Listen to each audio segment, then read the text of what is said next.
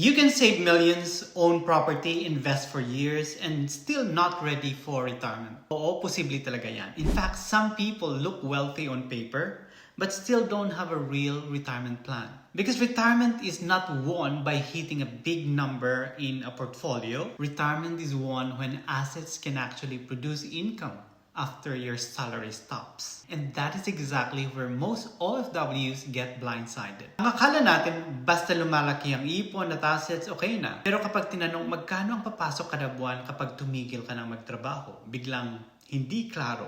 So in this video, I want to show you the shift that changes everything. Stop asking only how much you have and start asking how much income your money can really create. Because the real retirement test is simple. If your salary disappeared today, would your assets know how to pay you? If that question makes you pause and think a little bit, stay with me, because this is the part most people miss. Many people think retirement planning is about reaching one big number, 5, 10, 15, 20 million, or maybe even more.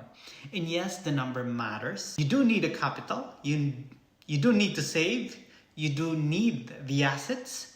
But the bigger question is this: what will that money actually do for you when you stop working? Because while you are working abroad, your salary is doing the heavy lifting. It pays the bills, support the family, fund the savings, and gives you confidence. But retirement changes the game. Your salary reduces or disappears. At doon pumapasok ang pinaka-importanting tanong: ano ang ipapalit sa sweldo mo? Let me show you what I mean. Imagine someone says, I have 20 million in total assets. On paper, ang lakas pakinggan. But when you break it down, maybe 8 million is in the house they live in. Maybe 5 million is in another property that doesn't produce rental income. Maybe 3 million is in cash. Maybe 2 million is in MP2, or 2 million is in UITFs or ETFs. Now suddenly the question is no longer, how big is the portfolio? The better question becomes, magkano bang pumapasok kada buwan from this portfolio? Because wealth and income are not the same thing. A house can increase your net worth, but if you live in it, it doesn't automatically pay your monthly expenses, diba? Cash gives safety, but inflation slowly reduces what it can buy. Market investments can grow, but without a withdrawal plan, growth alone doesn't solve retirement. And that is why I always say, do not just build a portfolio. Build a retirement income system. Hindi lang ipon ang usapan, dapat may pumapalit sa active retirement mo. And the retirement income system doesn't have to be complicated.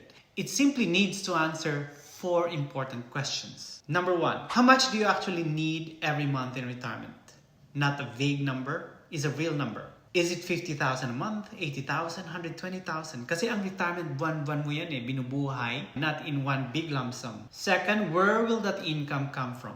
Will part of it come from Pag-ibig Fund, MP2 dividends, from your SSS retirement benefits, from rental income, from cash reserves, or from investments that you will actually draw some over time? MP2 earns annual dividends, SSS pays retirement benefits, may be paid either monthly pension or lump sum depending on eligibility. And third, how reliable is your income source? Some sources are stable, some sources are variable. Rental income can be interrupted. Market-based income can fluctuate. Dividends can change. Kaya hindi pwedeng basta assume lang na lahat ng assets ay pantay-pantay pagdating sa retirement. And number 4, how long does the money need to last? So if you retire at 55, your money needs to support you for 30 years or more. That means your plan has to survive inflation, market downturns, healthcare costs, and the very real possibility that family responsibilities continue even retirement. This is also why I do not think the best question is, what is the best investment? The better question is, what role does this investment play in my retirement income plan? One asset can play for growth, another can play a safety role. For example, cash may protect you in the short term. A pension or SSS benefit may provide a base layer to support if you qualify. MP2 may be useful as part of medium-term saving strategy because it earns annual dividends. Equity-based funds may help you with long-term growth. Property may help if it actually generates reliable rental income, but no single asset automatically solves retirement. What creates security is coordination. That is the difference between collecting investments and building a retirement plan. Collecting investments sounds like this. I have MP2, I have UITF, I bought an ETF, I own a property, I have some cash. Parang checklist lang. A retirement plan sounds different. This is my monthly target. This is my income gap. This is what my guaranteed income sources might cover. This is what my investments need to produce. And this is my safety bucket. This is my growth bucket. This is my withdrawal strategy. That is clarity. And that is what many OFWs need more than another random investment tip. Because the goal is not just to work abroad and accumulate money. Ang goal is future freedom, yung may choice ka. Hindi ka napipilitang magtrabaho forever dahil kulang ang pumapasok. Your salary should become assets, your assets should become income, and that income should eventually give you options.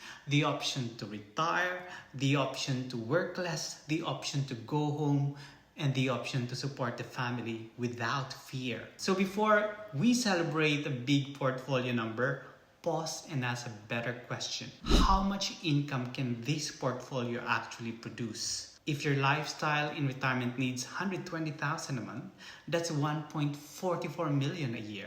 Now, you are no longer thinking in vague terms. Now you are asking the right questions. Can my assets support that? For how long? And under what conditions? That is retirement clarity. So if you are building wealth right now, keep going. Keep saving, keep investing, keep learning, but start asking the next level question. How will this become retirement income?